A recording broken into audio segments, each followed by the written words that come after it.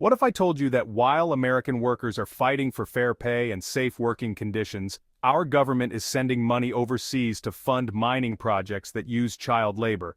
That's exactly what I uncovered in this Energy Committee hearing, and it's something you need to hear. First, I want to start by thanking our rail workers. These men and women transport the critical energy supplies that keep this nation moving. Yet, last year, Congress forced them into a deal that denied them even one single sick day. One. Meanwhile, half of Washington bureaucrats still don't bother showing up to work. That's outrageous. I stood against that deal because I believe rail workers deserve better. Josh Hawley. Thank you very much, Mr. Chairman. Thanks to the witnesses for being here. Mr. Schiller, I want to start with you and talk a little bit about permitting reform for mining critical minerals. But before I get to that, I just want to say thank you to you and to the rail workers that you represent for their work in transporting much of this nation's critical energy supply. And I just want to reiterate that I think that the deal, so-called, that the rail workers were forced to accept at the hand of this Congress last year, where they were not given one additional sick day, one that they were requesting, is frankly outrageous. That's why I voted against it. I would have amended it to include the sick days that the rail workers were looking for. And I think, frankly, the idea that the rail workers of this country, who risk their safety in many cases day in and day out, and certainly put their health on the line to provide for their families and do so much for our energy sector, couldn't have one additional sick day, while probably half of the federal government still isn't showing up to work because they're afraid they might get sick, is just frankly outrageous. So thank you for your advocacy on their behalf. Now let's talk about mining. Here in the United States, mining is one of the most unionized industries. That means stronger protections, safer workplaces, and better pay. But overseas, it's a different story. In the Democratic Republic of Congo, about 40,000 children are working in dangerous mines, conditions that have been called modern-day slavery. And yet, this administration is funding mining projects there instead of supporting American workers right here at home. We need a robust domestic supply chain, not reliance on child labor. Let me ask you about mining and critical minerals here in the United States.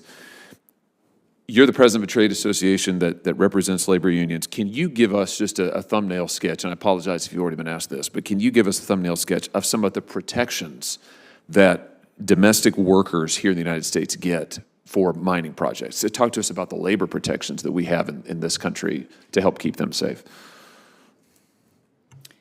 Well, as you know, the mining industry is one of the most union-dense industries. We have safety protections because of the fact that it is highly unionized, and we've been able to negotiate over time very strong protections in their union contracts.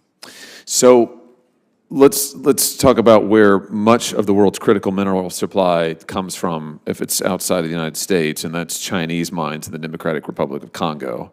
And I bet you're aware of the labor conditions there in the Democratic Republic of Congo. For instance, it's been recently reported that about 40,000 children are working in the mines in the Southern Democratic Republic of Congo. A recent NPR article called those labor conditions modern-day slavery.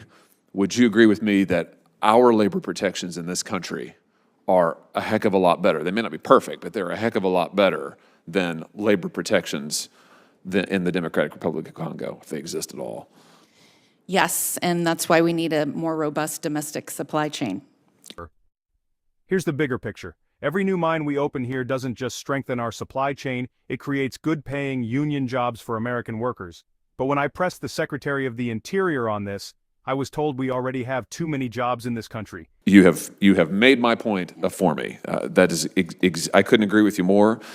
And this is why I have to say I don't understand this administration's decision to sign an agreement just last month to fund critical mining projects in the Congo, while at the same time they are denying permits for domestic mining here in this country. And I had the chance to talk with the Secretary of the Interior about this just the other day. In that connection, can I just ask you, for your personal opinion, do you think that we have too many good-paying union jobs in this country? Too many good-paying blue-collar jobs?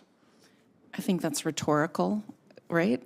I would hope so. I would hope so, but I'm asking. You never have enough too many good union-paying jobs. Yeah, thank you. Well, I'm asking because when I raise this issue, specifically as it relates to opening up more mines in this country with our protections, creating more good-paying jobs in this country. The Secretary of the Interior told me last month that she pointed out to me that, well, there's 1.9 jobs for every American in the country, so there's a lot of jobs, and right now, we've got basically too many jobs. I just think that that's outrageous. I just think that's totally outrageous. We need more good-paying jobs in this country, which is why we need realistic, serious permitting reform that will make those jobs available, secure our critical supply chains, and get our workers back to work. Thank you for the work you're doing in that respect. Can you believe that? Too many jobs?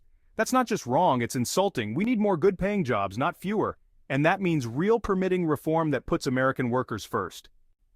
In my state of Missouri, we're dealing with a project called the Grain Belt Express. In my few remaining minutes here, seconds rather, Chairman, already, I've hardly been on this committee, and already I have a bad reputation with the chairman. Yes, all right. I'm gonna try to stay within my bounds. Mr. Graham, let me just ask you about the Grain Belt Express. Are you familiar with this transmission project called the Grain Belt Express? Yeah.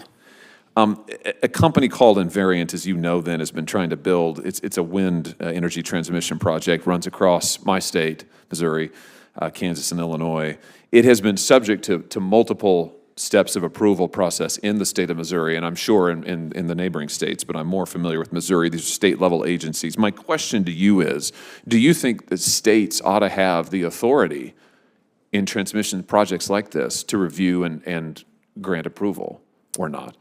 So now, I'm not going to get you in trouble by answering your question, right, Mr. Chairman? So absolutely, the states have a role and have to have a role. But that role has to be guided with the same kind of deliberate national interest that we've been talking about. When Congress passed EPAC 2005 and said that there were transmission interests that were in the national interest, it recognized that we are one nation, that electricity moves very quickly, covers far distances, and we have to be able to bring that larger vision so that we actually protect ourselves as a nation and as a community. So I think it is not a yes or no. It is not an either or. The current system is not working to protect the state of Missouri or the state of Texas or the state of Vermont because we're balkanized. The answer is not federalization. We've proposed a number of specific reforms that we think can find the right way to balance those two things so that we actually have an electric grid that does protect our population, keeps the lights on, keeps businesses humming, and provides clean power. The question is, who gets to decide if projects like this move forward? I believe states, not just federal bureaucrats, must have a say. Farmers and ranchers deserve a voice in this process. Yes, we need clean energy and a strong grid, but not at the expense of trampling local communities. If you believe in protecting American workers, our energy independence, and states' rights, make sure you hit that subscribe button right now. Stay connected as I keep exposing what's happening behind closed doors in Washington. At the end of the day, this all comes down to one thing. Whose side are we on? Are we on the side of American workers, families, and communities, or on the side of foreign governments and corporations that exploit child labor? I know where I stand. It's time to secure our critical supply chains, create good-paying jobs here at home, and give states the power to protect their people. Thanks for watching, and don't forget to subscribe for more updates straight from the fight for America's energy.